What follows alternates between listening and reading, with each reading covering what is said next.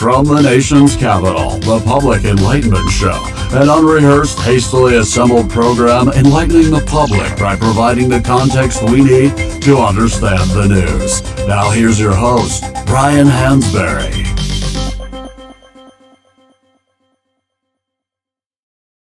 Yeah, that's what I'm talking about. Welcome to the Public Enlightenment Show. The production levels are through the roof. We made that last night. I am coming to you live from Washington, D.C., the nation's capital, or am I? Welcome so much to the Public Enlightenment Show, where we enlighten the public by providing the context to the news that we all need and we do not receive from our commercialized system for informing the public. We like to start this show off with a little bit of stream ding dong, stream a ding ding ding dong. Keep their heads streaming. All right, that's for the old heads who have been around since the early days of 2 weeks ago. There is a lot going on in the news, too much going on in the news. Part of that is by design. You are meant to be overwhelmed at this time. You are meant to tune out as an administrative coup is being delivered upon your country. Too often, the news media that we all consume is downplaying the stakes of everything that's happening. Certainly, they're covering the headlines. They're saying, that Elon Musk is, pushing boundaries. They're saying that Donald Trump is, flirting with illegality. But if you talk to experts, if you talk to political scientists, if you talk to anyone who has any idea about American history, American jurisprudence, American anything, they are going to tell you that what is happening is a takeover of our administrative state. Meanwhile, social media is going nuts with people talking about how great this is, how wonderful it is to be losing so much of our country. And we can't blame them because their sources of information are disinforming them. If you start following one or two right-wing accounts on social media, very quickly you will find yourself inundated with messages about trad wives, with people attacking DEI, with people cheering so vigorously for what is happening.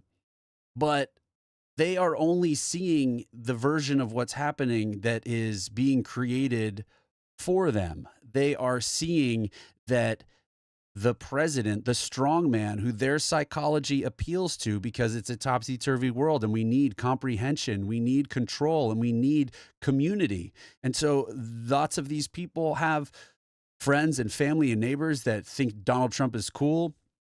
Dana White brings him on UFC all the time. If you think two guys beating the shit out of each other is awesome, you're going to be like, this is rad. There's the president. This is super dope.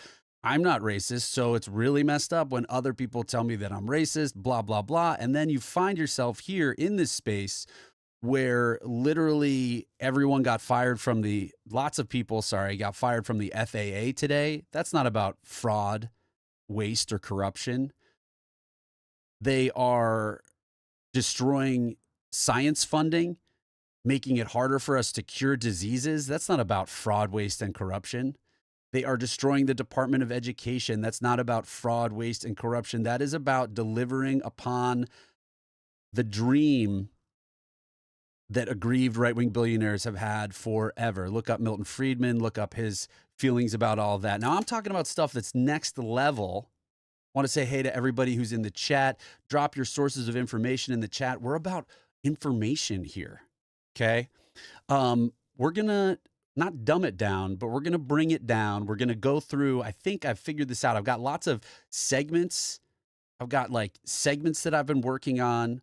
I've been doing this now for 2 or 3 weeks to no one in the afternoons. It's just so exciting that there's some people here. But first, let's check in on the weather. It's pretty nasty out there. This morning, of course, if you were outside, it was really poopy. And then around noontime, if you looked out the window, you noticed it was a little gloopy. This afternoon, it was extremely doopy. And this overnight, it's going to be 20 and it's going to be pretty stoopy. So look out for that, everybody. All right, the chat is going. I love it. Let's get it going in the chat. I don't know why I don't see the YouTube chat appearing on my thing. We will fix that, but I'll just say Holly's in the chat talking about dudes yelling on the subway. This little black box that's on the screen is supposed to show the chat because that's how you engage people in streaming, apparently. But so if you're on Twitch, you can totally talk to me and everyone will see it. Otherwise, there's just a random floating box on the screen. Cool? I guess it's pretty cool. One thing I'm mindful of now that I have an audience is I need to use all of my skills. I need to use my my voiceover skills, my acting skills, all of these things, and I'm barely going to use them. So we're just going to use my brain skills and my ability to talk endlessly skills, and we're going to get into it. So Trump begins firing FAA staff just weeks after fatal DC plane crash. This is a segment that I think is called In the News. And I also didn't transition to this screen. So this is Trump begins firing of FAA staff just weeks after fatal DC plane crash. Remember, Dodgy is just a bunch of cyber thieves stealing all of our money. It is a scam. It is not a real department of the country. It was not approved or created by Congress. It was something that was cooked up in order to act as a mirage while Elon Musk, an unaccountable, ketamine-addled Nazi, is raiding our government and destroying our federal services, our federal protections, with the help of 20 to 25-year-old young Nazis. You don't believe me? This show is for MAGA. You don't believe me, MAGA? We're going to get into it. And you're not allowed to say that the sources that I'm showing you are fake or false or wrong. The first thing we like to talk about on the Public Enlightenment Show is that there's one rule. The rule is don't be a dick. The next rule on the Public Enlightenment Show is that we all understand here in this space that anyone in a position of power who tells you that the journalists are the enemy of the people is specifically thinking that you are a dope, and that they think that if they can tell you that enough, and if you trust them, that when journalists, pillar of democracy, report on the corruption of the person who's telling you to hate the journalists, that you won't listen. So you are a pawn in Donald Trump's game. I'm sorry to say it. I love you. I support you. I want all of us to engage in facts and in truth as it accords with facts and in sources of information that are super duper healthy. So here we go. I think this is going great. And let's keep going through the news. We've got some other segments later. It's going to be so exciting. We've got Elon Musk wellness check, which is sort of a loosey-goosey idea right now, but let's get into it. Insiders reveal how Elon's firings will lead to countless disasters. One thing that's really hard in this time is there is an overwhelming amount of social media bombarding people with how great this is, especially if you are a Trump supporter. One thing that's really gnarly is that it's hard to prove to people who have been told their entire lives that government was worthless. And in just 1 month's time, with all of these federal workers being fired, the disasters are off in the future, right? When we defund and delete agencies that make medicines, if those medicines never get made, but years later people are dying from some disease that could have been prevented, how do you make people who are not inclined to believe anything you say, who have been lied to by propagandists, how do you get them to understand what it is that they are missing? So this is a great piece. I have an idea that what I'll do is I'll put all of this stuff together into a post after each episode. It's a lot of work, but I think you're worth it and I'm worth it. But so this is a piece that is all about this person interviewing different people who have worked in federal government. What is this called? The lead is diseased crops, international emergencies, rural poverty. it all gets worse. And one of the things that this person specifically highlights is the fact that USAID also pays for lots of stuff in rural America. And so everyone's cheering as their benefits and protections are being taken away. So this is a piece by Jordan Zacharin. He works for More Perfect Union. Yeah, hell yeah, Brian. It is a good idea, baby. And it's beautiful to have you here. Put your sources of information in the chat. There's going to be a great segment. You know what? We're having fun. Oh no, did I freeze? Oh no, I've frozen. I've frozen. Hold on now. Hold on, everyone. I think we can fix it. I think that we can fix it.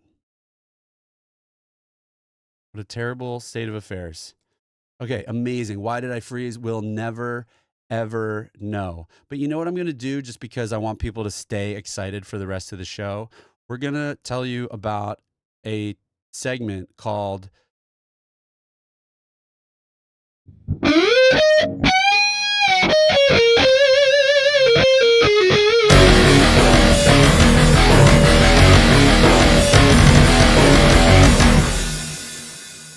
So You Think You Can Dance Your Way Into Convincing Me Your News is Objective. I mean, this is gold, baby. All right, let's get back into it so that no one gets bored. This is just like a section where I've compiled things that I think we should all be talking about. So this guy, Don Moynihan, he's like an acerbic dude on social media. He wrote, don't fire the guys taking care of the nukes. Don't fire the guys collecting the money. Don't fire the guys keeping the planes in the sky. It seems pretty basic, but that's what's happening. You know, we had in the middle of the week a story about many of the people who oversee our nuclear arsenal being fired. Then soon thereafter, 12 hours thereafter, being reinstated. But these are the people who also look out for nuclear threats around the world. All of this is a gift to Vladimir Putin and China, Xi Jinping. So we're going to go over that. We're going to get into that. Donald Trump has ordered the IRS to hand over all of your personal information to a Holocaust denier who works for the richest man on earth, who is a Nazi.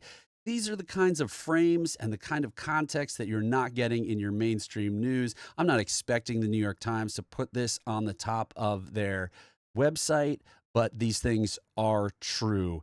Elon Musk's grandfather was part of the Canadian neo-Nazi party, and he moved to South Africa because he liked apartheid. Again, these things are all true. His grandfather also was the head of a political party that was called like the Technocrats Party, and they believed that, you know, tech overlords should rule the world and nations. And his grandson is doing all of that. This is real stuff. There's a Democracy Now! Piece that interviews a South African journalist who has looked into the Musk family. So we're just flying through here. This is what oligarchy looks like. This is Robert Reich. He's a former Department of Labor secretary, I believe, under Bill Clinton. You've seen him. You've seen him. You love him. Yes, Holly, I did see your chat. I see your chat. When Trump took office, the National Labor Relations Board had 24 investigations into Musk's corporations for violating workers' rights. That's right. Somebody just followed me. That noise means someone followed me, and that's incredible. Everybody follow me right now. Like, subscribe, smash. That doesn't mean have sex. Smash the like button, smash the buttons, and then go to all my social media, Public Enlightenment, and Instagram, it's Enlightened Public, and like and subscribe. I'm putting videos out there all the time so that we can live in a world where we understand what's happening around us and we don't self-immolate without even knowing that's what we're doing. Trump fired 3 officials at the agency, at the National Labor Relations Board, the place where 24 investigations into Musk's corporations for violating workers' rights were happening. Trump fired 3 officials, effectively stalling the board's ability to rule on cases. So this brings me, I'm just going to tout really quick my own work because that's what it's all about. So you'll see I wrote a piece on publicenlightenment.com called Musk Isn't Doing Efficiency. He's Destroying Our Financial System for Personal Gain. And in that article, Liz, the chat is working, but only if you are on Twitch, I believe. So always something to figure out. You know what I'm saying? But like, let's check this out. Hold on. This article is really thebomb.com. So there's something here from Time, which is how Elon Musk's anti-government crusade could benefit Tesla and his other businesses. Elon Musk is actually an extremely over-leveraged person who is a giant scam in flesh form. If you watch other public enlightenment shows like the Mega Church of Joy, you know that Rev Deuce tells you that we are just sacks of energy. Elon Musk is just a sack of energy who is mostly the energy within him is scam energy. And everyone's doing the best they can with what they have. But Elon Musk does not have very much except for billions of dollars. Oh, Liz Grace Russell loves my work. Oh, that's amazing. I wonder who she is. I bet she's very pretty and sweet. And I bet the Gordon Ramsay meals that she makes are really good, even if Gordon Ramsay didn't write a good recipe. Okay. So if you wanted to crash the economy, embolden criminals, aid our enemies, and hurt people, these are the exact policies that you'd enact. You would destroy our health and science funding. You would destroy our Department of Defense by putting a completely unqualified person in charge of it. But let me show you this article really quick because it is pretty amazing. We're going to get in there. So is Elon Musk the richest man on earth or the most leveraged? This is a criminally under-trafficked article, but basically this woman does deep research and she goes through Elon Musk's whole deal and where he was at when he jumped into this campaign. On October 5th, Elon jumped on the back end of the Trump campaign like it was a life raft. He got on that campaign like a hungry raccoon on a Cybertruck. He jumped on the stage with the gratitude, enthusiasm of a drowning man getting a second chance at life. And if you look at his investments last year, maybe he was. He was the co-founder of PayPal. He made millions and then he left. And he had money at that time. But in August of 2024, the Wall Street Journal had an article titled, Elon Musk's Twitter takeover is now the worst buyout for banks since the financial crisis. The article says loans of around $13 billion have remained hung for nearly 2 years, bringing it in interest payments, but weighing on banks' balance sheets. Also, they said the $13 billion that Elon Musk borrowed to buy Twitter has turned into the worst merger finance deal for banks since the 2008-2009 financial crisis. Twitter is estimated to be worth only 21% of what he paid for it. There were investors like P. Diddy and Saudi Prince. He was fined during the purchase because he didn't report within the legal time frame that he bought more than 5% of the shares. He ended up paying a $20 million fine, not very much for him. Elon owns 54% of XAI. DeepSeek put some big holes into XAI in February of last year. In an article titled, What's the Point of Elon Musk's AI Company? The Verge, which does great reporting, said, Elon Musk's XAI has filed paperwork to raise cash. The pitch seems pretty thin, and the AI space is very competitive. It's worth noting that Twitter and XAI are not currently publicly traded companies, so they do not have to make public their financial information. Tesla in 2024, month after month, Tesla was selling fewer Teslas. Q4 2024 was going to be disastrous for Tesla, and Tesla, a publicly held company, was going to have to share these Q4 results at the end of December. So Elon, the face of the company, was going to have to find a financial miracle before the end of 2024, and he did. Tesla was losing sales. The hoods were popping up while people were driving. 2 million cars had to be recalled. In 2025, Sales plunged 59% in Germany alone.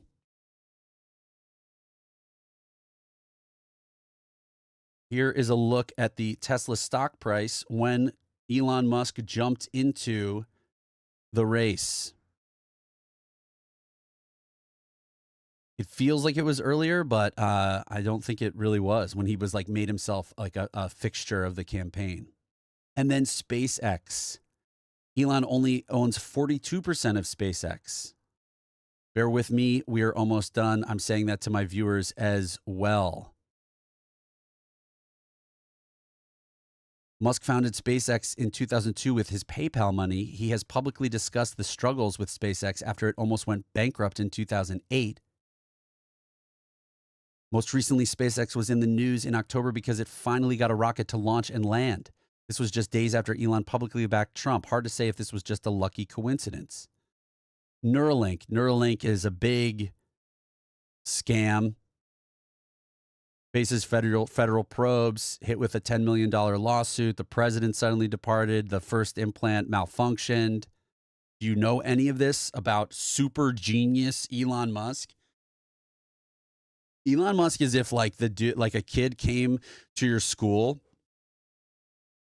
Elon Musk is like if a new kid came to your school and he was like, "Hey, what's up? Yeah, my dad's got a boat. Yeah, it's pretty cool. I mean, it's like, here's a picture of it. But like, yeah, we can go on it like next summer. And yeah, my stepmom, she was like a Playboy model. But there's no pictures of her online.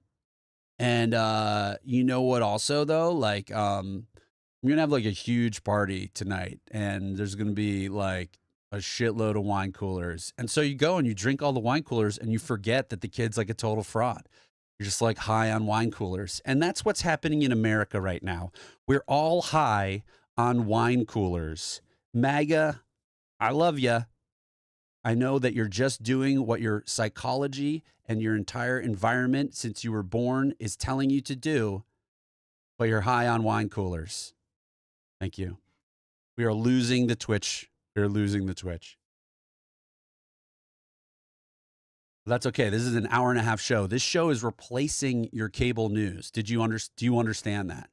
So far, I would say this is way more entertaining than your cable news. Are you going to want to watch it all the time? I don't know, but you're going to want to tell your friends about it. You have friends who are news junkies? Tell them about this show. I want them to know about it. I want them to be here. I want people to get the context they need. And the news they can trust. Debt for sale. This past week's news is that banks are selling Elon's debt. According to Bloomberg, Morgan Stanley is selling $5.5 billion of X debt on demand surge. Billion. Because Musk's White House ties have stirred a fresh interest in X debt. I assume a lot of Americans' enemies, as well as some of our allies, would like to own the man who has the U.S. president's ear, as well as access to the Treasury. Look at that. Before the election, journalists touted Elon Musk was the richest man in the world, but was he? Because he's acting like the most desperate man in the world. The author respects that he takes big risks, but Musk's foundation is a charity that has 0 employees. For comparison, Bill and Melinda Gates Foundation has over 2,000 employees. Musk's has 0. His brother is the only sort of technical employee, but really he's just like a guy who hangs out. The foundation has no full-time staff, and it seems like all of the charity work that happens really just goes to the benefit of his companies. And so it really just looks like a way for him to write off stuff on his taxes. Elon Musk on paper has not lived as a benevolent man. It appears his goal in life is transporting people to Mars. Obviously, he means wealthy paying people. Sure, he gave Cybertrucks to fight LA fires, but likely because he couldn't sell them for what he wanted and he needed some positive PR. So this person goes on more, but I really like how they ended their piece, and I think you should definitely read it. For some reason, this is a woman who is Substack is called Travel Guru. She writes about travel, and then she does like incredible pieces about what's really going on. This is well researched. And so She says, even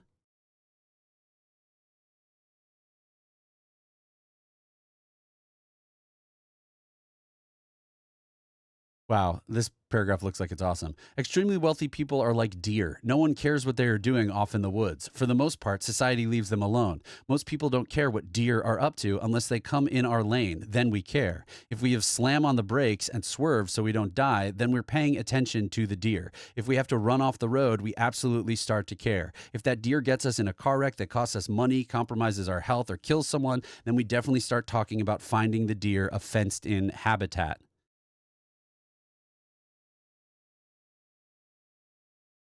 This person's awesome.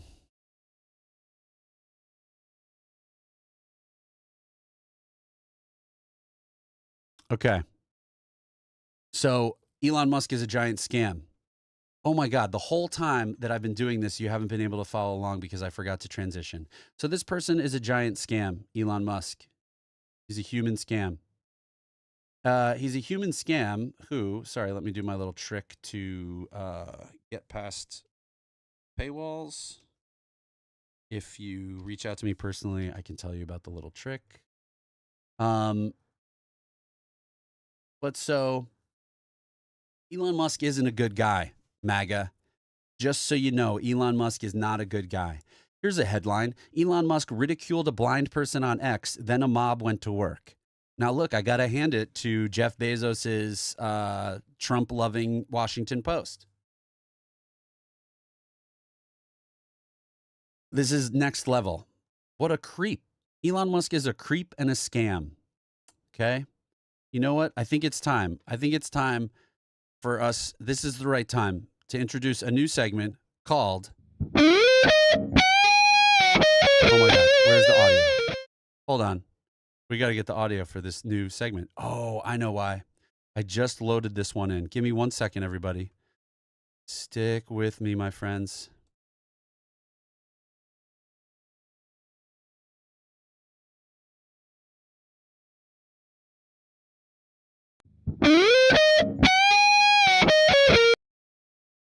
One second. Oh, no. Oh, I wanted this to be so smooth.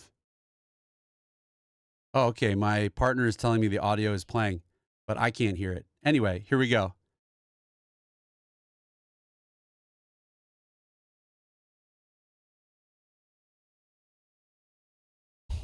Now she's telling me it's not playing. Okay. Incredible. Here we go. We're going to do it one more time. It's going to be great.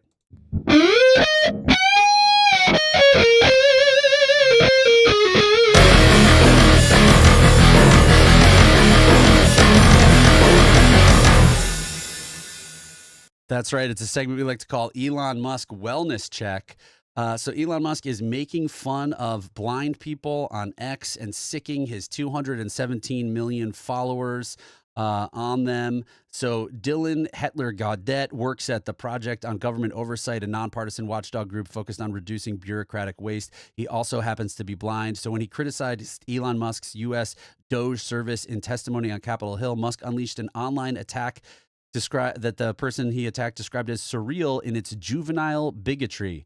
First, Musk retweeted a post on X noting that the blind director of watchdog group funded by George Soros testifies that he does not see widespread evidence of government waste, and added 2 laughing crying emojis. The tweet garnered more than 21 million views and sparked dozens of hateful messages towards this blind person. He couldn't see. Perfect excuse for being unable to perform your job, one poster said. The DEI blind guy can't see fraud. You can't make up this garbage, another wrote. This is what's going on X at all times.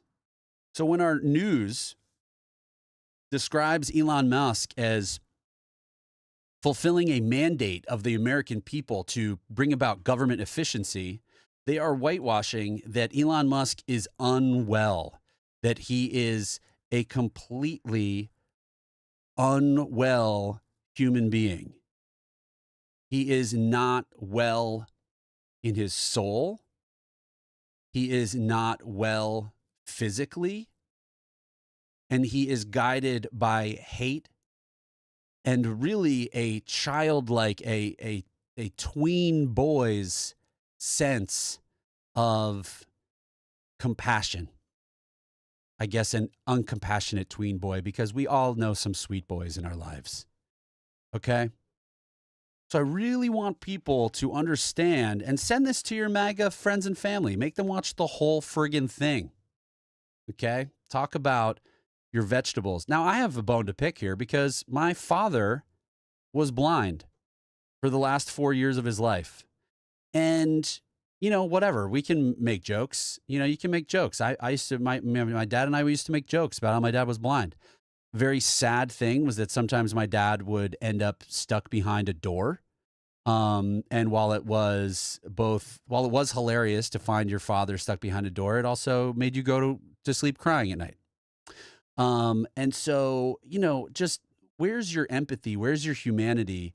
If, you're the richest man in the world and you're doing all of this stuff that's pretty aggressive, and someone has just like the professional capacity to, say that the things you're doing are questionable, and then you sick 217 million of your followers on a blind guy and make a bunch of just like dumb jokes. I mean, talk about...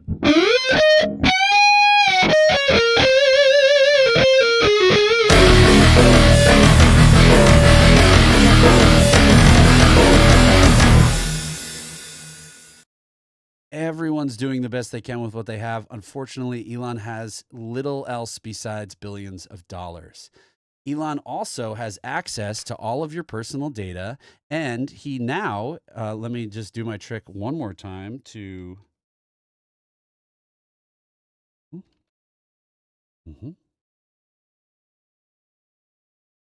That's how you cheat the system, kids.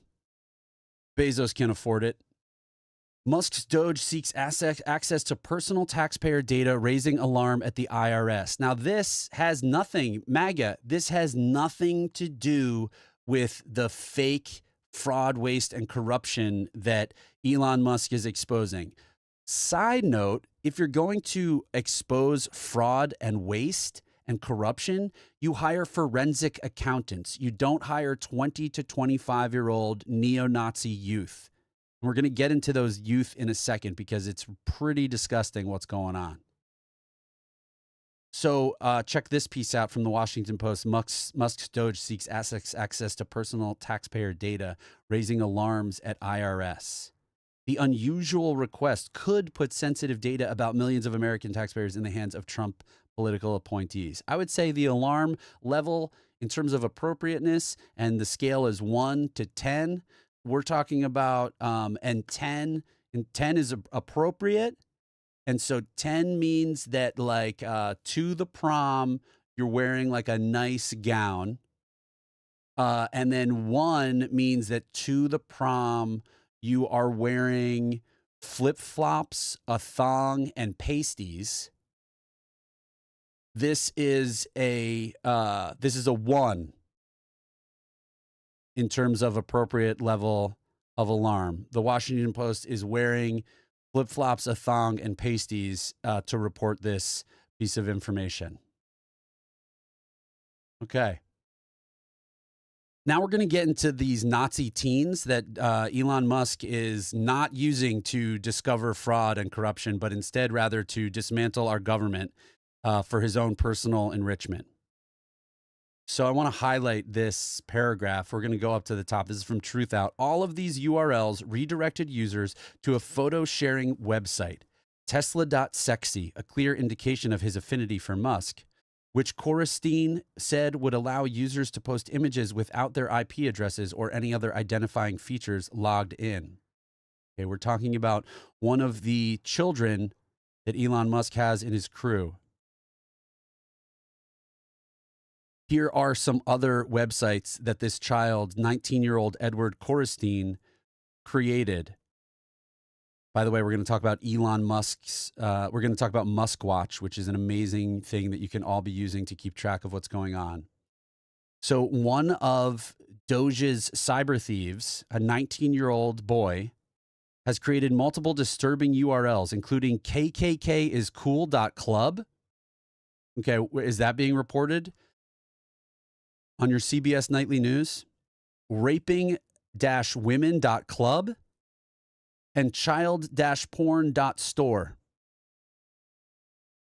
Korestein also created URLs that included the N-word and referenced slavery and URLs promoting the use of date rape drugs. This is the reality of Elon Musk and what he's doing. And this is who he is hiring.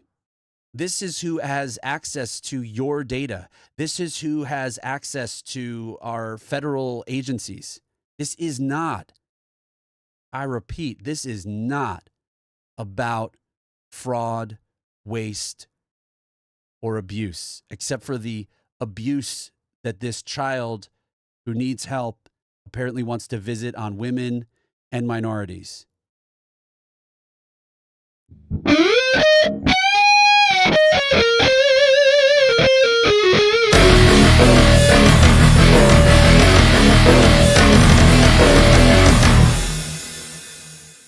I had no idea how effective I thought this graphic would be. So what is this all about? This is a third Doge staffer's racist and misogynistic online footprint comes to light. There's more about Korestein. This is from a week or two ago. This is Leah McElrath. She follows up on some reporting from Bloomberg. Okay. Musk's Doge team was fired by cybersecurity firm for leaking company secrets. Korestein often went by the pseudonyms Rivage and Joey Crafter. Joey Crafter was a member of the Telegram groups called Kiwi Farms Christmas Chat and Kiwi Farms 100% Real, No Fake, No Virus. Kiwi Farms is a online, think of it as like, 4chan, 8chan. Think of it as that world. Kiwi Farms induces people to commit suicide by harassing them to the point of self-harm. This is who Elon Musk, who is a scam in human form. He is not a genius. He is not a good person, and we feel sympathy for him because everyone is doing the best they can with what they have. But we do not need this person in our government. We do not need this person in our lives. We do not need this person working with Donald Trump to destroy everything about America. Let's get into it a little more. His Kiwi Farms association is a significant red flag, especially given the Trump admin's targeting of both trans people and the disabled.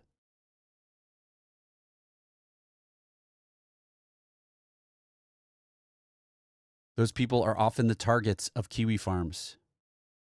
Korestein was involved with The Com, which is where he probably became known by law enforcement. This is according to Bloomberg reporting. The Com is a cybercrime network with connections to child sexual exploitation. Hey, MAGA, you know how, with Q and everything and with Mike Flynn and the president's son, Eric, touring the country. I don't think people who watch this know this. Mike Flynn and Eric Trump toured the country with like really crazy pastors who would get on stage and tell the people in the audience that Democrats are like child molesters who drink the blood of children. No joke. You had, we think about like, how can certain people in our country believe certain things?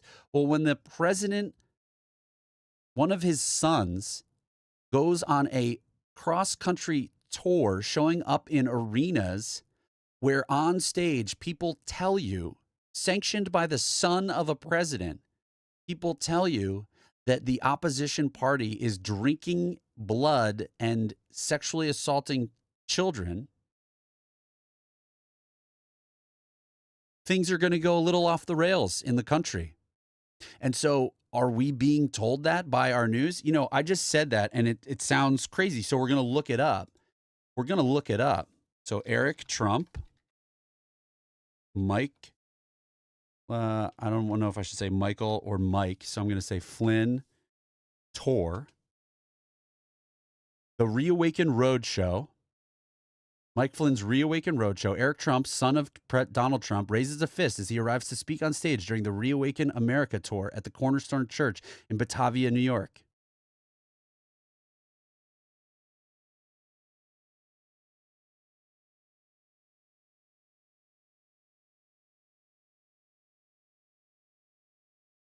Themes: religious scholars Anthea Butler and Mark Clatterbuck note the event's charismatic Christian prophecies and preaching are linked to the new apostolic Reformation, a loosely organized network of blah, blah, blah. NAR leaders played a significant role in shaping the tour's spiritual warfare tone.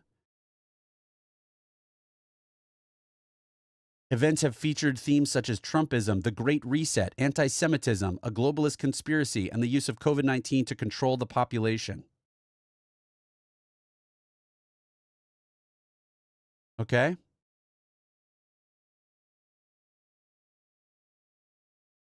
Go look that up. This is what's happening in our country that our mainstream media is not telling us about.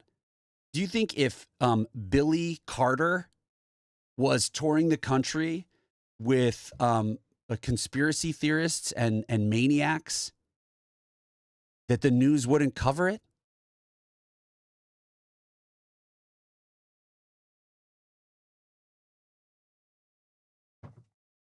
I wish I had like a goofy sound effect to have played right there. You know, because you gotta balance the heavy with the light. You know what I mean? So look, we just did that live fact check. That is true. That's insane. What's happening in the world. But so to wrap up Elon Musk wellness check, this person, Robert Evans, he's a snarky person on the socials. He says, for a while, Musk really did seem like the most relatable billionaire. Yeah, if I had that kind of money, I'd want to go to space and make sports cars. Turned out that it was just PR, and that he really wanted out of life was to be seen as funny by teenage Nazis on the internet.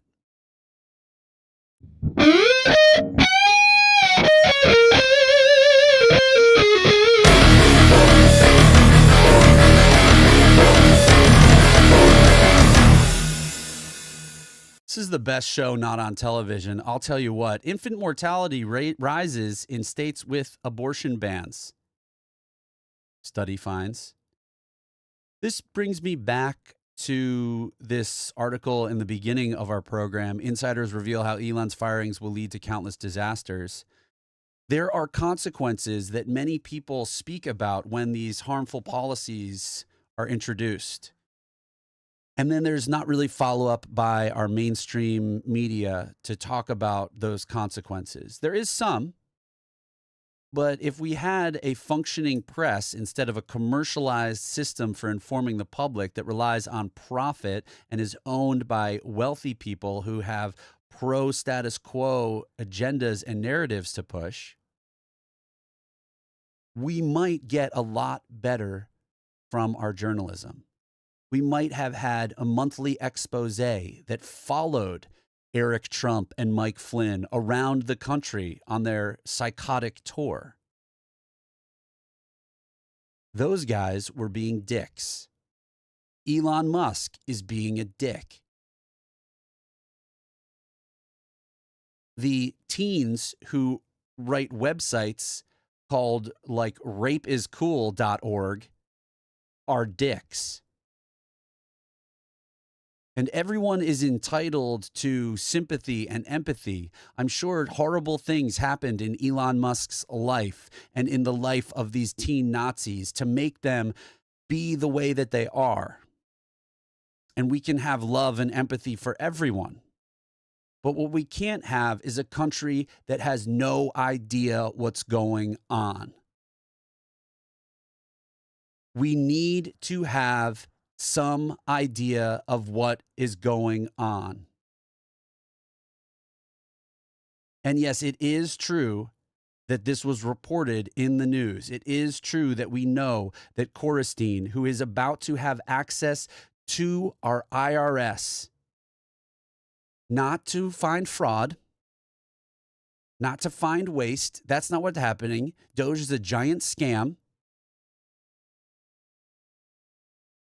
The kid he's going to put in charge of that, it might be the other kid, Klieger.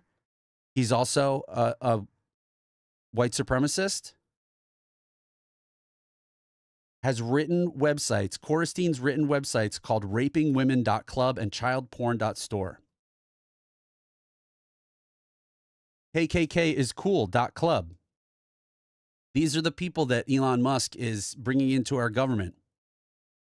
So when you see an NBC News article, maybe NBC News writes about this, but then they have another news article where they say, Elon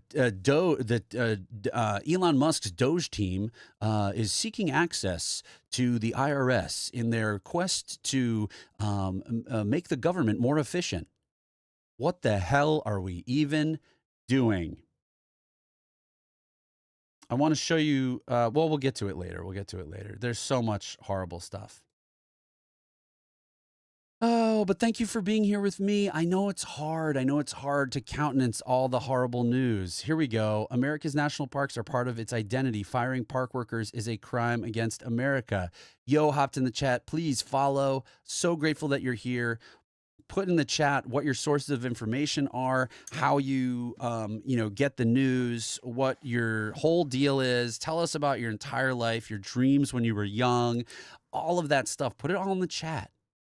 But the national parks, my fiance and I lived in a van for a little bit. We've been to some of the national parks. They're amazing. They're going to probably open up the national parks for drilling.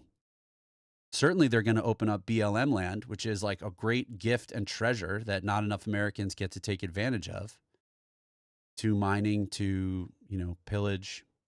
Gone are the initiatives moving us forward towards renewable energy. For some reason, we're told to hate renewable energy, and we love gas.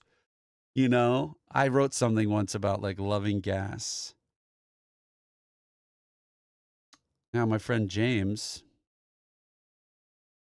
hold on one second. I want my friend to attend.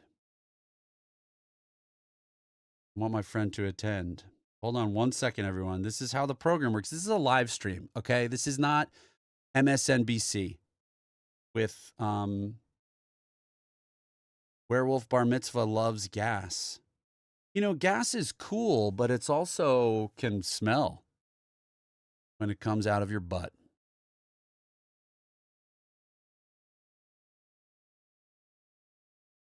I'm so grateful that my friends are here, and I'm so grateful that people who aren't my friends are here. It's amazing. I want you to tell everyone. I want to do this to hundreds, if not thousands of people twice a week for the rest of my life. We also have amazing other programming. We have a show called The Mega Church of Joy. So far, it happens every Monday through Friday at 9 a.m. And soon we will have a third program called Drinking Alone with Brian Hansberry. You can go through the rest of your life in the warm cocoon created for you by Public Enlightenment. You have this show, which opens your mind and introduces you to the context you need to understand the news. Then you have a spiritual show that helps you to embrace fear and experience joy on the other side of fear's embrace. And then you have a show where I drink beer and do dumb bits. My friend is saying, can I send the link? So I'm going to tell him that I can't, and then we're going to move on with the show. So this is the best television you've ever seen. I love you. You love me. We're a happy family with a knick-knack, paddywhack, give a dog a bone. I want to be in a cocoon zone. Teddy Roosevelt would absolutely kick Elon's ass. Teddy Roosevelt would kick Elon's ass. And I have been to Teddy Roosevelt National Park in western North Dakota. And it is, I don't know if I could say that it's beautiful. It is adjacent to very beautiful land.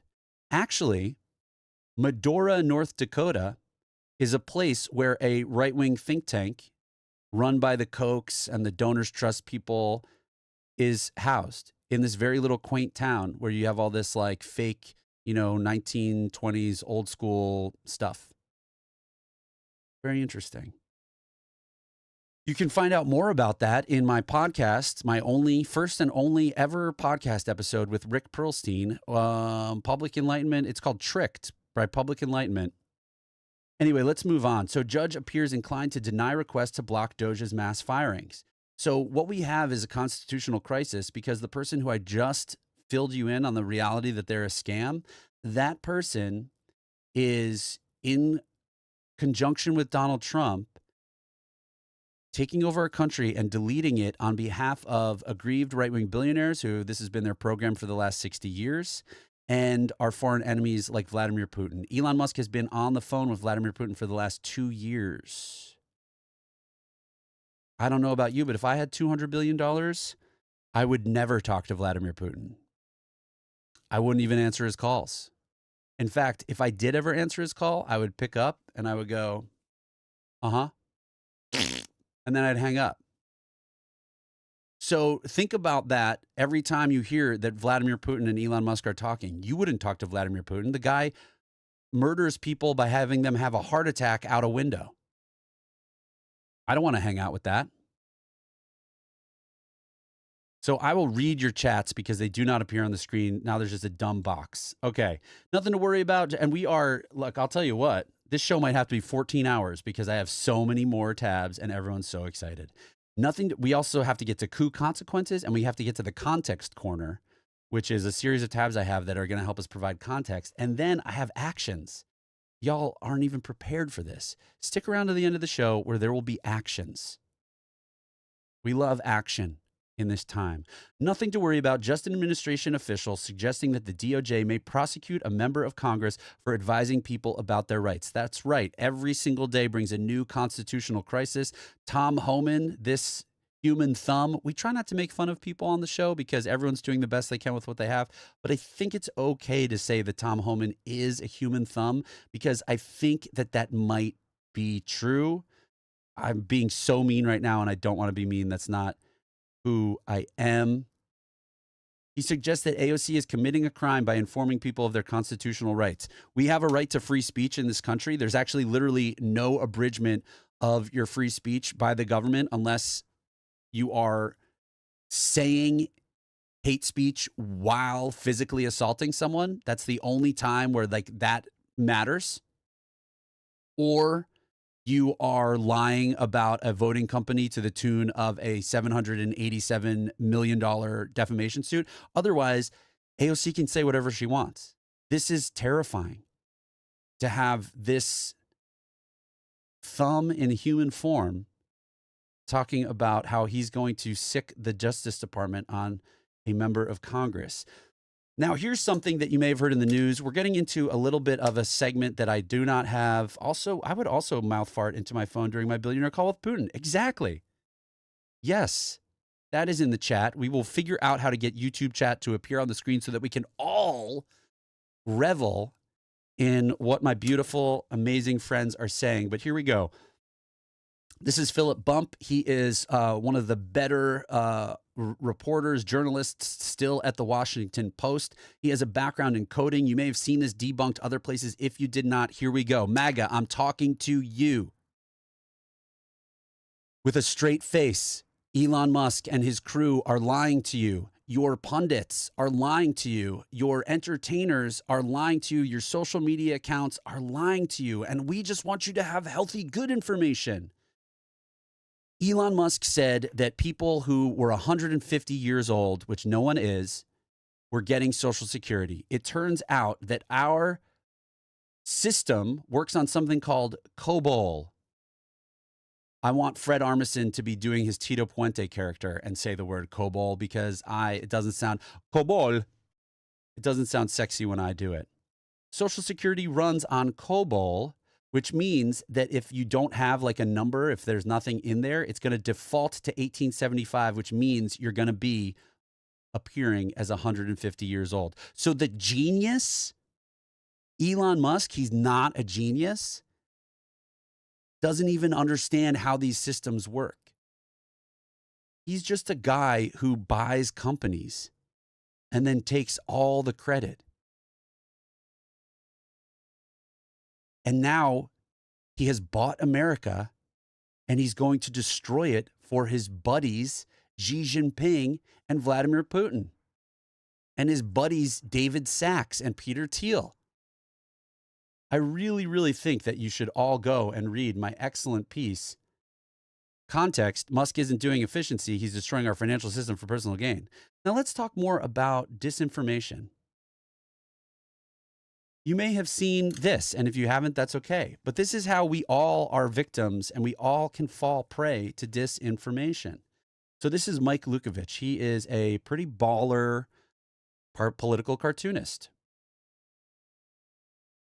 Okay, he wrote this, he drew this cartoon. No more free lunch, Fed funds that Musk gets behind him, and then the world's poorest. And he says, no more lunch. And then Mike Lukovich is sharing an email he got from what he thinks is X that says, we received a complaint about the content you posted on your page. We found that it does not comply with X community guidelines, blah, blah, blah, right? And I'll tell you what, I was like, this totally makes sense. This is absolutely something that X would do under Elon Musk, right? But then Mike Lukovich, first of all, I don't want to give any props to community notes because we should have fact checkers and we should have like healthy places where we can have a town square, not places that are rife with like Nazi, misogynistic, anti-Semitic, 4chan BS, which is what Twitter is these days.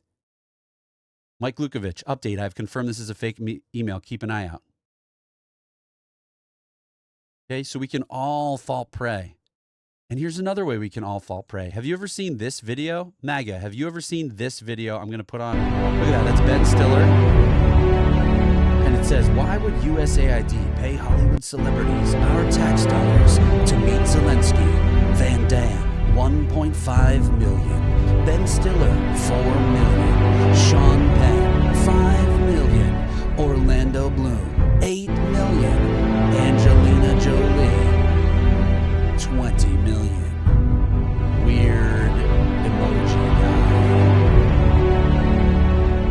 But guess what, MAGA? It could just be that a lot of the information you're taking in, and I say this with love, because we all want to comprehend the scary world out there, right? It's just some of us don't listen to strongmen when we're having a tough day, and some of us do listen to strongmen when we're having a tough day. And you guys are listening to the strongman, and strongman is just a word. It doesn't mean strong. I can definitely bench more than Elon Musk and Donald Trump combined. What it means is that they say outrageous shit very strongly, and then you fall for it. And that's not okay. We just want you to consult healthy information. Again, the number one rule of Public Enlightenment Show, don't be a dick. The number two rule is that we always know that when someone in a position of power tells us that journalists are the enemy of the people, they are lying to us so that when they do corrupt stuff, which we have a lot of reporting on the corrupt stuff that Donald Trump has done, we don't believe the journalists. Journalists are not a cabal. They don't decide. No one decides to get into the not lucrative field of journalism in order to make stuff up. But politicians and billionaires and authoritarians like to take power while making stuff up. In fact, they often have to make stuff up in order to do it. Thank you so much. And here's your fact check from Snopes. USAID did not pay Ben Stiller to visit Ukraine because, I mean, look, we could all say, I could just think about that. It doesn't make any sense. Why on earth would we, why would we pay a billionaire, why would we pay a Hollywood celebrity $4 million?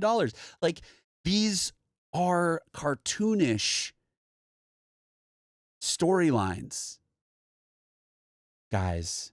And you're rooting, I've said this before, you're rooting for Darth Vader. My dear, sweet MAGA bros, you're rooting for Darth Vader. You're rooting for Mustafa. You're rooting for the Wizard of Oz. Frankly, there's your fact check. USAID did not pay Ben Stiller to visit Ukraine. Now, the last piece in this this has been the opener. This has been an hour-long opener, so you're welcome. if you are like, gosh, Brian's show is like way too long. The thing is just think about me having to edit it down into killer sound bites for social media that get 300 views and then the faucet turns off and they don't get any more views. And I'm trying to do this so that I can buy my wife a house. Will you think of me? Thank you. X is reportedly blocking links to secure Signal contact pages. Oh, this is good. Hold on 1 second. Hold on. 1 second. Oh, this was too many pages to print out, but I've been working on segments and then I had to stop working on segments because I had to just get everything ready for the show. And so I'm going to have so many more. Here, I'm just going to play it for you one more time. Actually, let's check on the weather.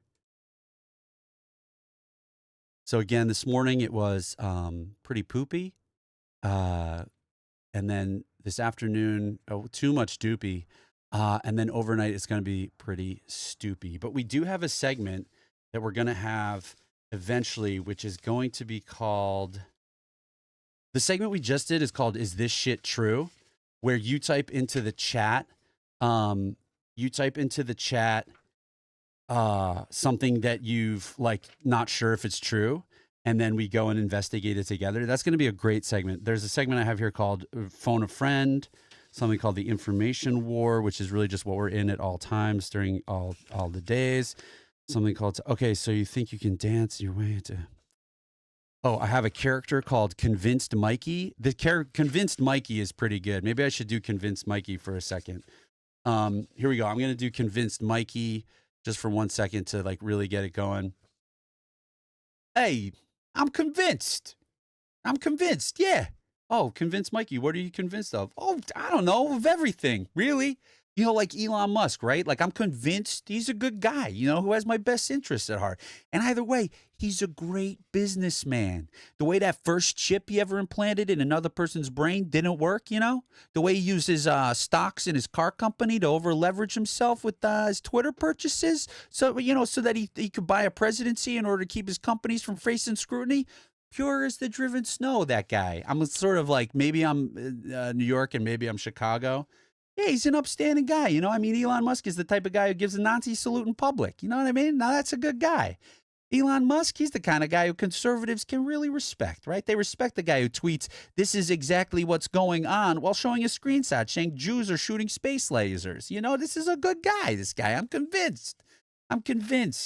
How do you become convinced? How do you become convinced? Anyway, this was a segment that's supposed to be called, oh, here we go. It's a free speech absolutist or conspiracy, or free speech absolutist or scammy disinformation tootist. And then there was going to be a fart noise. So I'm going to work on that one for everyone for next time. But so this free speech absolutist, right, which Elon Musk is obviously not. Free speech absolutist is reportedly blocking links to secure Signal contact pages. So this is a way that journalists can put on social media for whistleblowers or anyone, who has information that might enlighten the public to come forward in a discreet way, in an encrypted way. And Elon Musk is now like a journalist, and people are finding that those links are not working for people. I'll just do it verbally. Free speech absolutist or scammy disinforming tootist. And then it would go, this is a sophisticated show for sophisticated people. All right, coup consequences. Let's get into them. Or should we do coup corner? Let's fly through coup consequences. I will say again, the destruction of the CFPB, an agency that has brought in $20 billion over a little more than a decade, despite having an annual budget that's less than what DOD has spent so far today, is the clearest sign none of this has anything to do with saving taxpayers' money. Honestly, that could go in the context corner. How to fuck that one. We're just going to get better on this show. All we're going to do is make gains. Bros, when you make gains, do you think about making gains in empathy? Do you think about making gains in your sources of information? Because I'll tell you what, Joe Rogan, not a source of information. I'm here for the truth bombs and the fart noises. I think we all are. I saw a scene from Idiocracy the other day, and I actually could just play it right now for all of us, and we could watch. I saw a scene from Idiocracy. In fact, this is how it works. This is how the show works. This is why we love everything except for everything that's happening, because you can just do this. Watch Idiocracy cabinet members. This is gonna kill. This is gonna slay. Videos.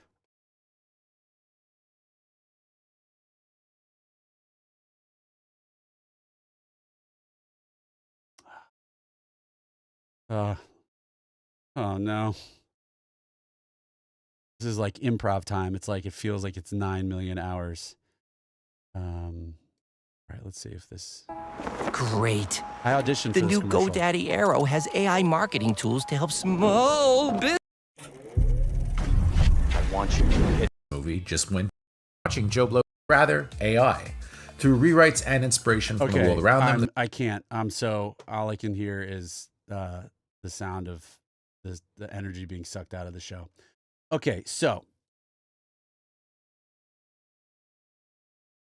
trying to express the degree and quality of FCC capture. The FCC has been politicized in the past, but recent moves by Chairman Carr suggest a kind of regulatory capture that is unprecedented. He is clearly carrying water for President Trump's agenda to bring media companies to heel. This is a piece from, I don't know, the Financial Times. Hollywood on defensive as Donald Trump's anti-DEI crusade targets creatives. So this is just to point out that one of the consequences of the coup is that we now have an FCC chairman who is willing to destroy free speech on behalf of the authoritarian president. That's really all there is to that one. The pointless destruction of the world's leading scientific and medical research system. So we're talking coup consequences. I'll come up with a jingle. But so this is an article by someone named Steven Salzberg. He is a biostatistician at Johns Hopkins University. He's also a former contributing reporter. So I thought that this would be a good guy to include.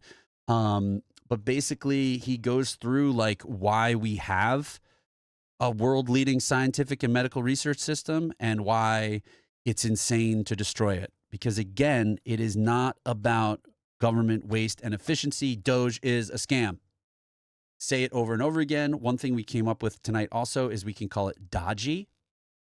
Never call it Doge. Never use the language of the people who are trying to manipulate you. And, you know, it's bad news out there, everyone. Now, look, James Bruffy said he was here for the truth bombs and the fart noises, and that is the way it goes. Now, I will, if you type anything into the chat, I will say it out loud.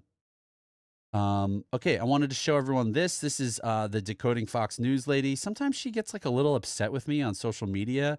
I don't really know why. We're on the same side. I hope she never sees this because I love her. I love the work that she's doing, and I hope she doesn't know that I told everyone that she gets upset with me. But she put together this little video, and it's kind of like the point of this showing this video is more that like we should be tracking this, and we will continue to track it. It's kind of like petty in the face of everything that's going on. I'm not saying what this person did is petty, but it's like low stakes compared to all the horrible things. But when you think about what arguments we'll get through, right? Because George Lakoff, who's a framing expert, he talks about, you know, what breaks through when people are stuck in this like strict father mentality where they listen to strongmen. And what he says is that betrayal is really the only thing. So if you grow up in a household with this strict father, I don't really like how deeply he gets into the metaphor, but if you grow up in a household with a strict father, you're going to like abide by everything that father does. And you're going to begrudgingly like, you know, love that father and be down with the order, down with the hierarchy, down with the lack of equality in your household. But if that father truly does something to betray you, that's when the spell can be broken. And I think this, you know, the thing is like they're not going to be able to escape the prices, right? You're already seeing farmers getting upset because, you know, Biden era Inflation Reduction Act stuff is contracts that were signed with farmers are being rescinded. They're getting upset. They're realizing people who are teachers are realizing, people who work for the VA are realizing, veterans who get their health care from the VA are starting to realize. But so it's this sense of betrayal. So let's just watch this video real quick. And we'll put the audio on. Versus Trump, Price check. Let's start with the first column. Bacon. Bacon was a big deal for Trump on the campaign trail, where he constantly said that the price of bacon had quadrupled during the Biden administration. If that were true, bacon would cost $20 a pound today. It doesn't. Here's the price. It went from $6.92 under Biden to $7.04 under Trump. Eggs went from $4.15 to $4.95, the highest price ever recorded on Federal Reserve economic data, also known as FRED. Butter went from $4.73 to $4.91. Coffee went from $6.77 to $7.02. Milk went from $4.10 to $4.03, a win for Trump. Huge. Ground beef went from $5.60 to $5.55, another win for Trump, but bread went from $1.91 to $1.93, a major loss for Trump overall. Remember, he said he would get prices down on day one. See you next month. And honestly, kudos to her, because she kind of nailed like a lotto, right? You know, like your local lotto voice kind of thing. Like, I really appreciate that. I don't think she's a professional performer, and I appreciated that. So books mentioning slavery and the civil rights are removed from shelves at Fort Campbell schools. Excuse me. Pardon me. A little bit of gas. Books mentioning slavery, civil rights removed from shelves at Fort Campbell schools. So the Fort Campbell is, part of the Department of Defense, and then they have their own kind of Department of Education. And obviously with Pete Hegseth at the helm, they are... the librarians are overreacting, and this isn't a knock against the librarians, but they're removing all bulletin boards that reference Black History Month and Black leaders such as Martin Luther King Jr., Harriet Tubman, Rosa Parks. They are removing books that are just like about history, just in case they violate this stuff. And one argument that you're seeing from contextualizing sources of news and information is that this is actually like a good frame for this, is that this is resegregation, right? It is not an attempt at like doing something about the excesses of whatever DEI as like, it's the same thing as woke, right? Like, what do people really know anymore other than that they just don't like it, right? For most people who are like caught up in the maelstrom of anti-DEI and who are succumbing to that as a messaging technique. But really, this is a way of resegregating society, right? You just had the Department of Defense say that they would no longer recruit at a Black engineering event. Sorry, MAGA, but not saying you're racist, but your leaders are racist as hell. I'm going to lighten the mood really quick with a little something that I like to call my favorite video ever, and it will not lighten the mood, but I love it. Please, yes. The future is here with Spectrum Mobile and the new Samsung. Sorry. Spare you. The events of January 6th. Okay, hold on. Here we go. A lot of... And here we go. Not teaching, getting back. Important issue in the governor's race here in Virginia. Getting back to the basics of teaching children, not teaching them critical race theory. And what is critical race theory? Well, I'm not going to get into the specifics of it because I don't understand it that much, but it's something that what little bit that I know I don't care for. And what have you heard that you don't? Well, that you don't like? I'm not gonna.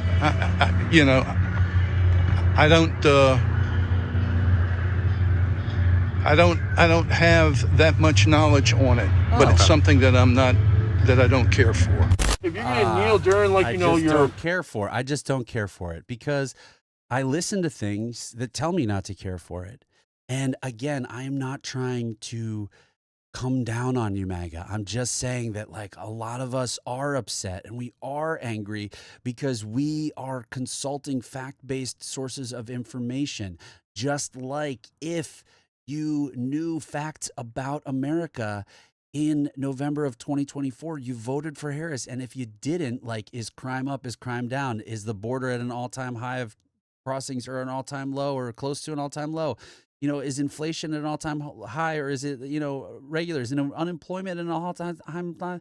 Or is it, if you knew those things, you voted for Harris. And if you didn't, you voted for Trump. If you consulted news regularly, you were likely to vote for Harris by a massive percentage.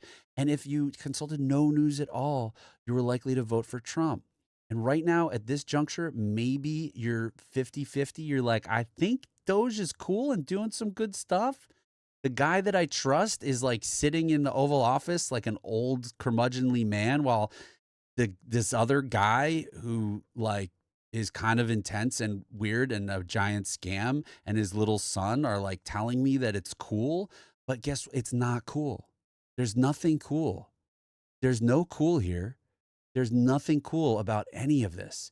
And I'll just, you know what? It's good for me when I'm saying that there's nothing cool about any of this to just bring us back to the reality that Edward Korestein, the 19-year-old who has access to many of our government systems, was creating websites called kkkiscool.club, rapingwomen.club, and childporn.store. And this is not cool. None of this is cool. In fact, it's the opposite of cool. Someone brought up the national park system earlier. It's a full court press upon our world and our lives. The national park system eliminated references to transgender people from its Stonewall National Monument webpage. You know, the monument is specifically there because trans women were there and were the leaders of it. I'm going to get in big trouble for not remembering, but not real big trouble. Okay. That's the thing. That's the thing, MAGA. If you mess up someone's pronouns, that they just want you to like try. And it's okay. So I'm not going to get in big trouble from my friends, but, you know, there was that lady and she was the main person and she's basically being erased from a national park monument. Okay. Context corner and then, actions, and it's all going to be so cool. So context corner. Oh, and then there's headlines and where's action? Oh my God. Context corner. Here we go. We're going to fly through it. Okay, remember I referenced that Elon Musk has been on the phone with Vladimir Putin for the last 2 years. AP piece. Here's a look at Musk's contact with Putin and why it matters. A Valentine for Vladimir from the Bulwark. Bulwark is conservatives who are and non-Trumpers. A Vladimir for Vladimir. A Valentine for Vladimir. Okay, this is all a big gift to Vladimir Putin. Okay, we're pulling out of NATO. We're ending a war of aggression from Putin and abandoning Ukraine. We are destroying our country. We put all sympathy and empathy to alcoholics, but we put a drunk sexual abuser who has no business whatsoever in charge of our Department of Defense. We put a Russian sympathizer as the head of our Director of National Intelligence. This is all to help our enemies. And y'all are cheering for it. MAGA, you guys are cheering for it. And we're not lying. We're all the people who are like, no, we're not, it's not tears. We don't have mugs full of our tears and we're pouring them on our heads and we're going, oh, why? No. It's because we love our country and we love each other. We love you. You love us. It's us versus them. And they're lying to you. Okay, Poppy. Now, this guy, Jeff Tiedrick, speaking of Context Corner, he doesn't pull any punches. His article is called, What the Fuck is Going On? None of this is normal. I mean, maybe I should start not pulling any punches because this guy's got massive views. Am I right? But his first paragraph puts it into perspective. Imagine these are the early days of the Biden presidency. The press is herded into the Oval Office. Standing behind Joe Biden is George Soros. And it immediately becomes clear that this is Soros's presser. He's the one doing all the talking. Joe just sits behind his desk, not saying a word, eventually nodding off. Oh, and there's some small fucking child wandering around picking his nose. MAGA, how would you have reacted?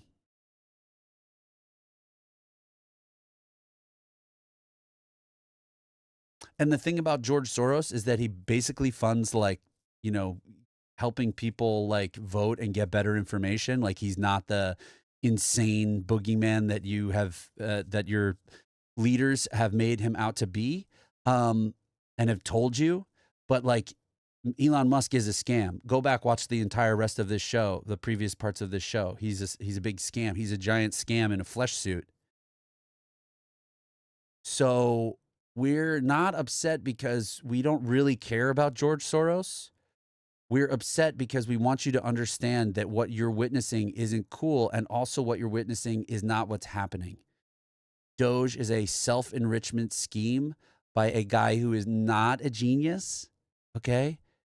Elon Musk didn't even know how the COBOL operating system worked, right? He was out there lying to everyone, saying that people who are 150 years old, and then all of the Republican politicians repeated that disinformation because it's a giant disinformation network. And then if you say to me that the media is liberal, I got some news for you. It's not.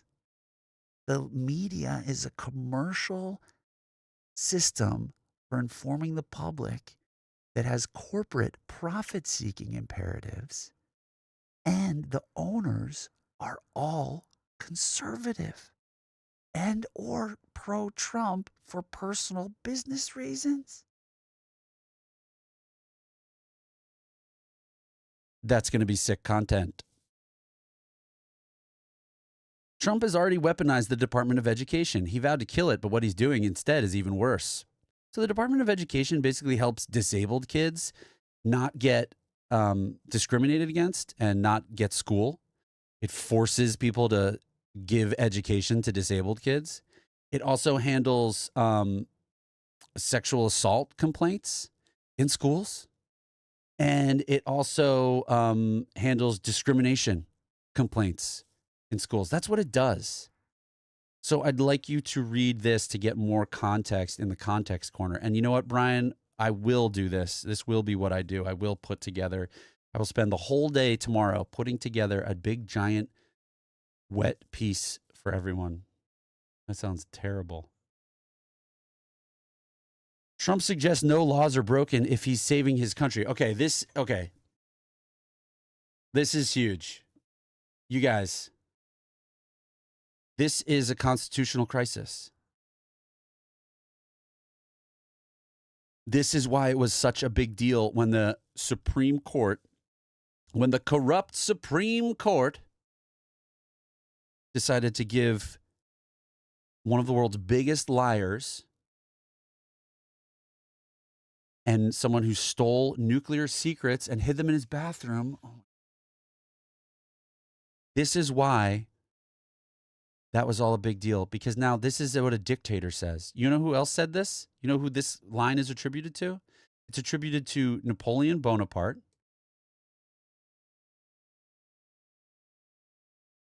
And Anders Breivik, the Norwegian who killed 77 people in a mass murder. He used this phrase in his manifesto. Okay, we're going to go through this really quick. So I just want to point out a media failure here real quick. When Biden appeared to say that the Trump supporters were garbage, it was an above the fold huge story for a week. It was a big story in the media, okay? When the president of the United States, Donald Trump, declared himself above the law, literally announcing it and pinning it to his feed, and the White House reposted it,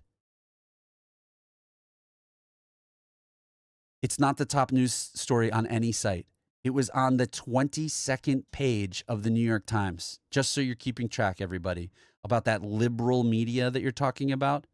When the president of the United States says that he cannot be constrained by laws, that he's saving his country, when he's invoking a mass murderer,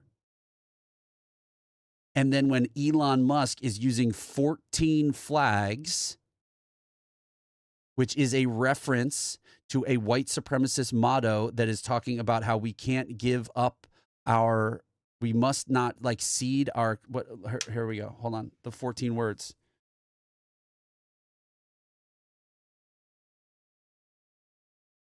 The 14 words is a white supremacist slogan, the most popular white supremacist slogan in the world. We must secure the existence of our people and a future for white children. Okay? That's what's really going on here. This isn't your strong daddy who's going like, I'm your daddy.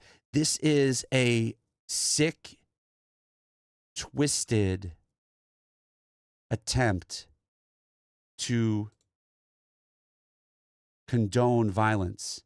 Kyle Clark, great local news person in Colorado. You may live in Colorado. He is your nightly news guy. He said, as a journalist who covers extremism at the local level, I think it's a mistake to view Trump's Napoleonic statement as solely about presidential power. Consider if it's interpreted as a wink and a nod for any extremist to act outside the law to save the country as they see fit. Again, any extremist is going to know that Anders Breivik used the exact same language. And they're going to see co-president Elon Musk invoking the white supremacist 14 words.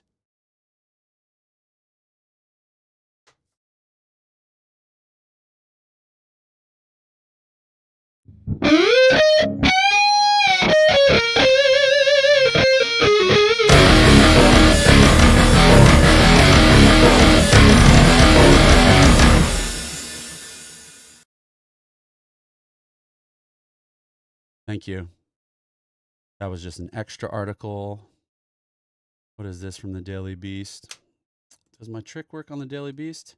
Hey, if you're having a great time at the Public Enlightenment Show, why don't you hop into the chat and talk about what's been your favorite thing so far? My favorite thing has been that people are actually watching the show. I've been doing this at 2:30 during the weekdays.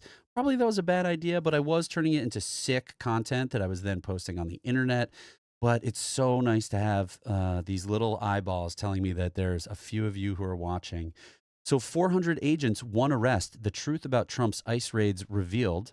Okay. They're juicing the numbers about their raids. And then when they do such a bad job in their raids, they then say that there's people leaking at the FBI. ICE is sowing confusion about mass deportations by recycling old press releases. Okay, we're gonna get that. We're gonna put that in the thing. Headlines, because we're gonna wrap up the show in the next 10 to 15 minutes. Headlines.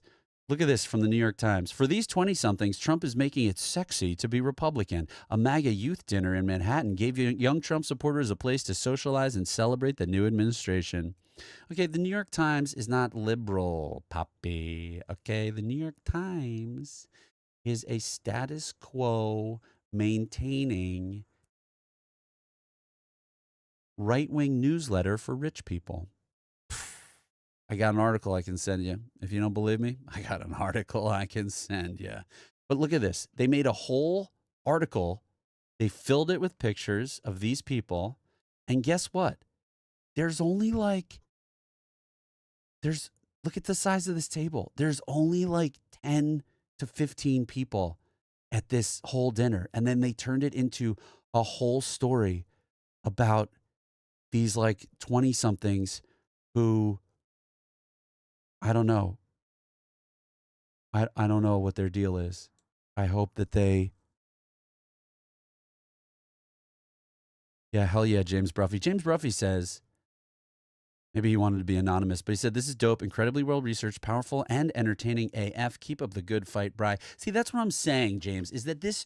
You want to... I know that you know some people who watch MSNBC, and what I'm saying is they could get just as high quality... I mean, they get even bigger tour of what's going on in the news when they tune in to the Public Enlightenment Show every Monday at 9 and every Thursday at 10. And then, of course, you can always watch it video on demand. Let's check out another bullshit headline. Trump steamrolls critics with flood the zone strategy. This guy, Jeff Jarvis, very cynical online. He is a journalism professor. He says, Trump steamrolls the press with flood the zone bullshit. The president's idiocy imperils allies and the nation, but journalists still obsess on Biden. He says that because they do some weird comparison to Biden.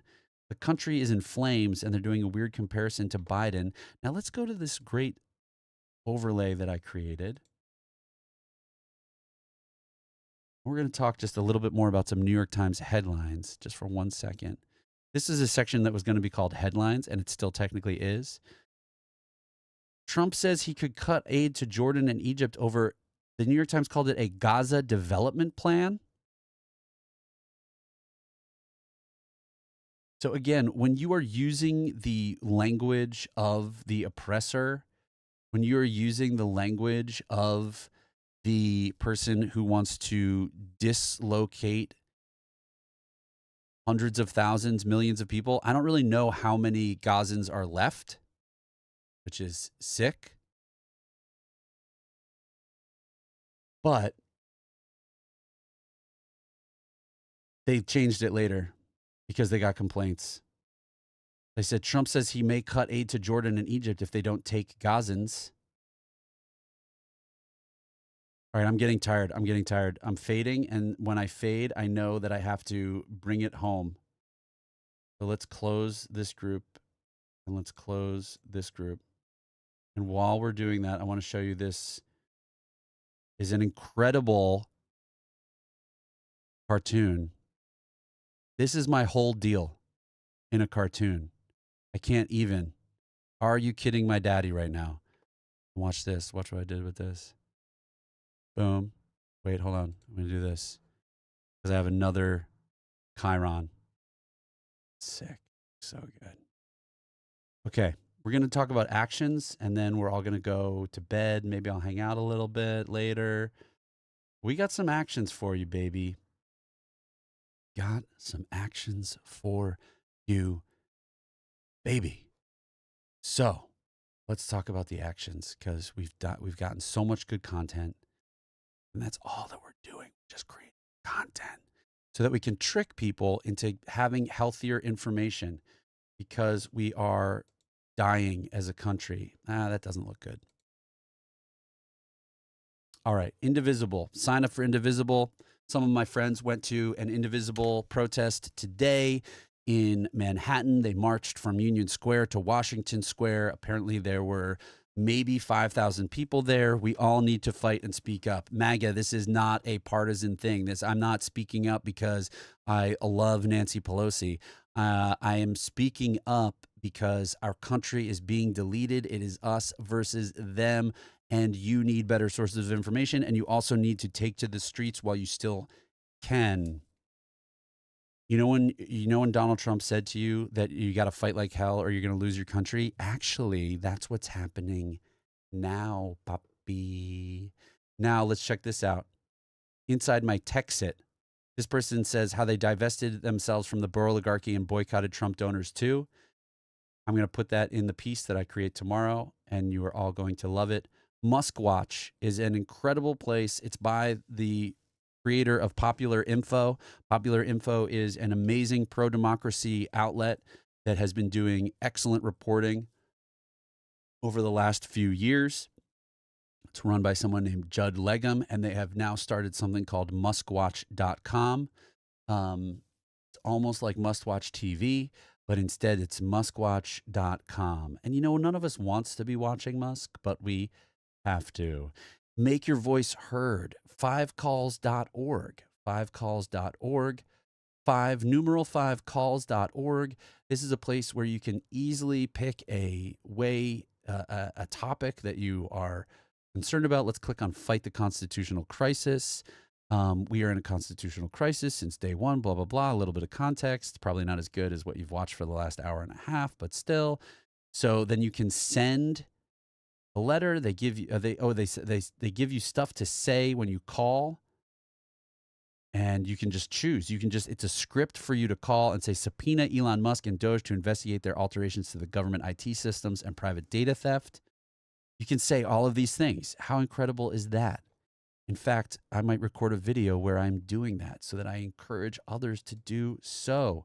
Heads Up News is this amazing thing from Dan Frumkin. Dan Frumkin is the man, Frumkin.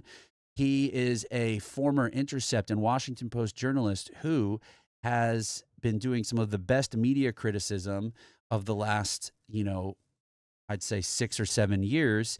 And he is stepping into the game, into the fight, and he has a thing where once a week he updates with all the ways that people are taking action in this time. He's reporting on the action. Okay? Pretty cool, pretty inspiring stuff that you should check out. BuildTheResistance.org. No kings on President's Day. When tyranny becomes law, rebellion becomes duty. I think that people were suspicious of this. This is the place that did the 50-51 day of action. I think that there were successful protests as a part of that. I need to look into that more before I recommend it to people. I don't know what that is. Explosion, the new monument dedicated to the men. Okay. Here's how we're going to end the night. Here's how we're going to end the night for the few remaining people. We are going to watch this piece from CBS. Look, CBS does good things and it does terrible things. CBS has good stuff and it has bad stuff. That's just the way it goes. We all remember in 2016 when then CEO of CBS, Les Moonves, said Donald Trump may be bad for the country, but he's damn good for CBS. Keep going, Donald. That is real. That's what he did and what he said. But so as we watch this piece that I'm about to show you, I want you to pay attention to a couple things. So this is a nice little piece that contextualizes like why it's important for us to have federal workers. And also the host, the journalist is basically Chris Parnell. So the way he moves his body and carries himself is like kind of over the top. And so we'll watch this and then we'll say goodbye and it's going to be great.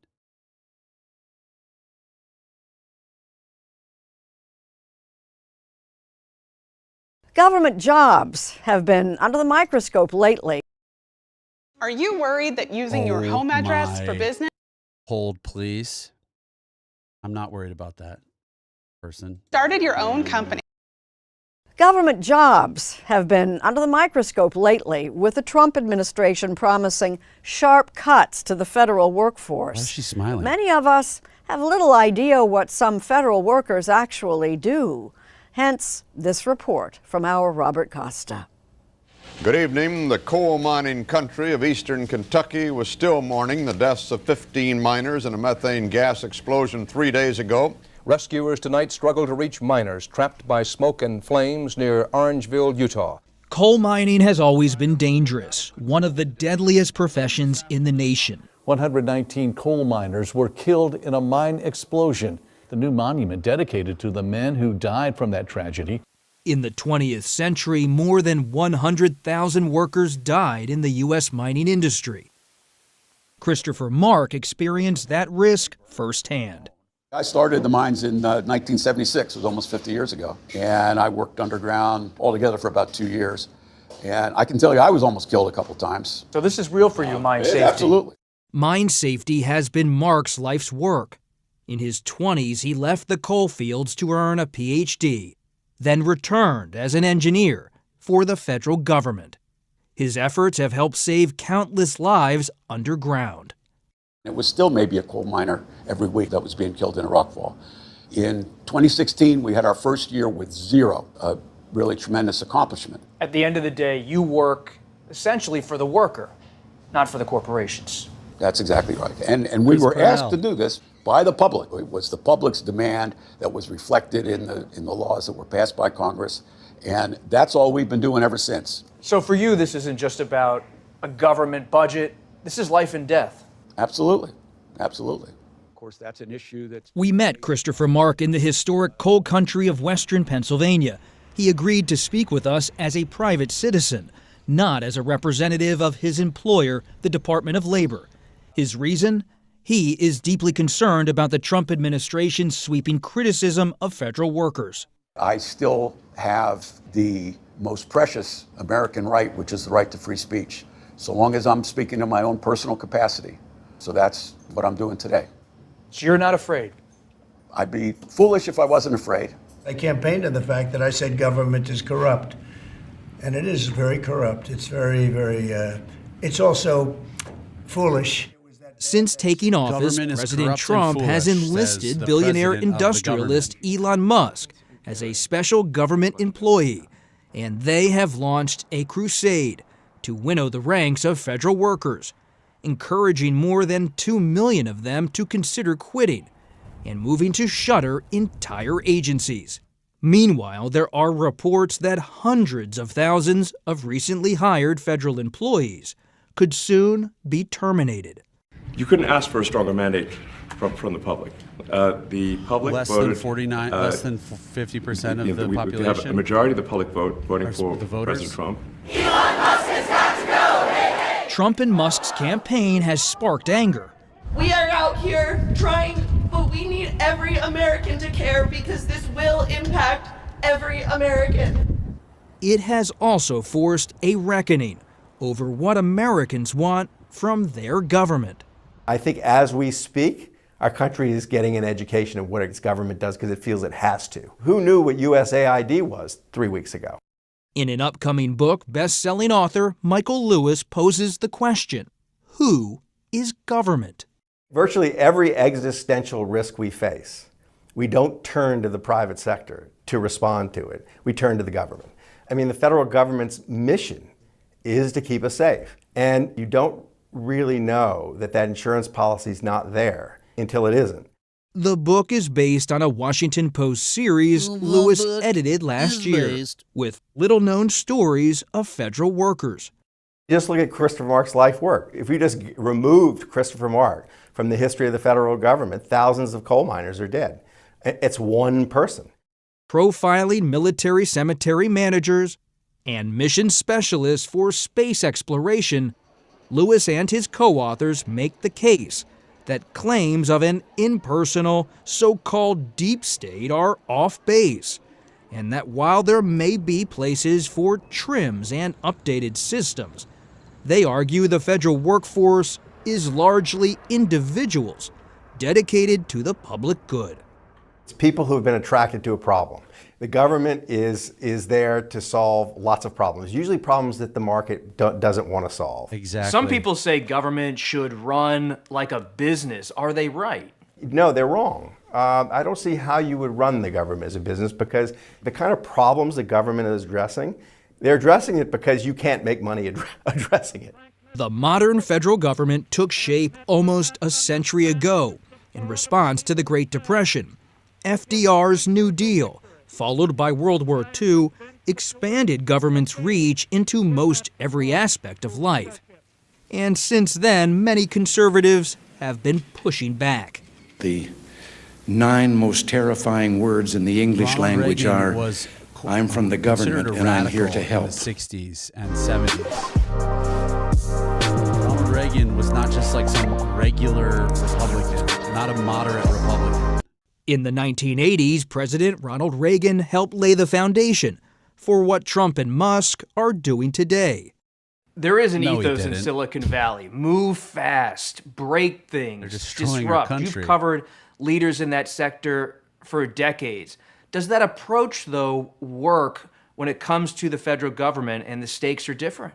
It doesn't work very well. If you take the kind of Elon Musk approach to the federal government, walking in, as he did at Twitter, and say, all you people are useless, we're going to get rid of half of you, operating with kind of fear and chaos, I don't think any big institution is going to respond well to the move fast and break things approach.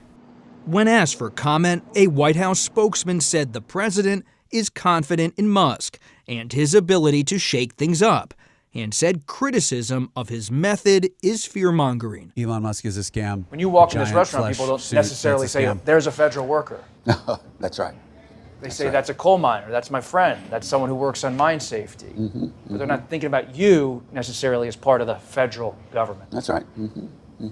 That doesn't help the federal government. Another thing is that the federal government doesn't have money to advertise itself. That's right.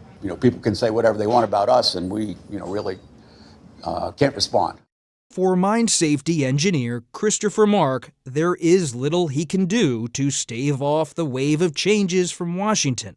But he says he'll carry on, his head up, as long as he can. If you could bring Elon Musk down to the mines, what would you say to him? Well, I would say, there's a lot of people that have to work in these mines, and they deserve to be able to come home at the end of the shift to their family safely.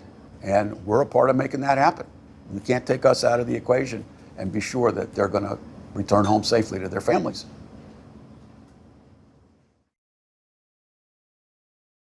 For CBS, I'm Robert Acosta. I couldn't help but just crack up because of the way that guy spoke. So look, everyone, thank you so much for being here. There's, believe it or not, a few things that we didn't get to this evening. One thing that I would really like to leave you with is that I would really appreciate it deeply from the bottom of my little itty bitty heart, which is so cute and tiny and you love it, if you would go to publicenlightenment.com and subscribe, if you would go to the socials and subscribe to them, Public Enlightenment on most platforms, TikTok and YouTube and Twitch, and follow me and smash all the buttons. And also, I can't believe how tiring this stuff is. And I'm getting tired like a baby. And if you could also tell someone about this, if you have a friend or a loved one who, cares about information and cares about these issues of how we are all informed in this country and knows, like I do and like you do, Public Enlightenment viewer, that all of our outcomes are the result of the information ecosystem that we swim in. And currently we swim in a sea of disinformation and toxic shit information. So if you want to do something about that, help me out, help me grow.